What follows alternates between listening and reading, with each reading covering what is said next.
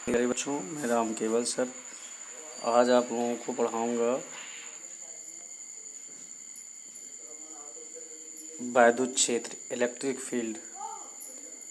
इसमें क्या है कि यहाँ से देखते हैं बेटा, किसी वैद्युत आवेश के चारों ओर का वह क्षेत्र जिसमें अन्य आवेश आकर्षण या प्रतिकर्षण बल का अनुभव करते हैं, वैद्युत क्षेत्र कहलाता है। जैसे मान लो एक आवेश प्लस है, मैंने पिछले वीडियो में बता दिया था प्लस क्यू, तो इसके चारों तरफ वैद्युत क्षेत्र होता है। और वैद्युत अगर प्लस है तो वैद्युत क्षेत्र की दिशा बाहर की तरफ होती है। अब मैंने इससे पहले बताया था कूलाम के नियमानुसार कि कोई दो आवेश है तो उस पर क्या लगेगा, बल लगेगा। अगर यहाँ कोई आवेश रख दिया गया तो इन दोनों के बीच में बल लगेगा। अब जब ये फोर्स लगेगा दोनों आवेशों के बीच में, तो हम कह सकते हैं कि ये इस पर फोर्स लगा रही है, अर्थात यहाँ वैद्युत क्षेत्र है, यहाँ वैद्युत क्षेत्र है।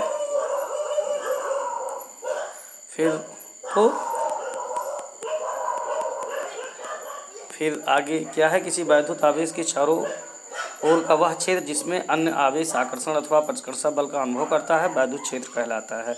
अब वैद्युत बल रेखाएं क्या होती हैं? वैद्युत बल रेखा वैद्युत क्षेत्र में खींचा गया वह काल्पनिक निष्कोणीय वक्र है जिस पर गति करने के लिए स्वतंत्र पृथक्कृत धन प्रेक्षण आवेश चलता है। ठीक, वैद्युत बल रेखाओं के गुण देखेंगे हम लोग। वैद्युत बल रेखाएं जो होती हैं, वैद्युत बल रेखाएं धन आवेश से निकलती हैं तथा ऋण आवेश में प्रवेश करती हैं। ये तो मैंने बताया था आप लोगों को पिछले वीडियो में। अगर कोई आवेश हमारा प्लस है तो इससे वैद्युत बल रेखाएं बाहर की तरफ निकलेंगी, इधर निकलेंगी बाहर की तरफ। अगर कोई आवेश तो ये बाहर की तरफ निकलेंगी। अगर हमारा आवेश माइनस है, ठीक, तो वैद्युत बल रेखाएं अंदर की तरफ निकलेंगी।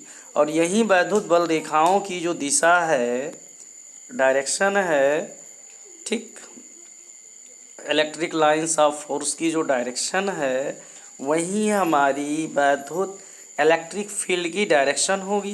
तो पहली पॉइंट क्या हो गई कि जो वैद्युत बल रेखाएं धन आवेश से निकलती हैं तथा ऋण आवेश में प्रवेश करती हैं। फिर नेक्स्ट पॉइंट देखते हैं, वैद्युत बल रेखा। वैद्युत बल रेखा किसी बिंदु पर खींची गई स्पर्श रेखा उस बिंदु पर वैद्युत क्षेत्र की दिशा को प्रदर्शित करती है। ये देखिए यहाँ है आवेश। अब इस पर जो वैद्युत बल रेखाएं हैं, जिधर दिशा होगी वहीं वैद्युत क्षेत्र की दिशा।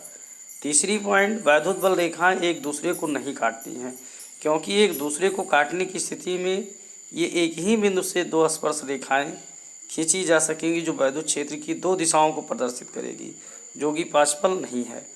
मतलब अगर यहाँ प्लस है, यहाँ भी प्लस है, और वैद्युत बल रेखाएं ऐसे खींचा जाए तो ये बाहर जाएगा, तो एक दूसरे को नहीं काटेंगी, इधर उधर निकल जाएंगी क्योंकि ढकेलेगा।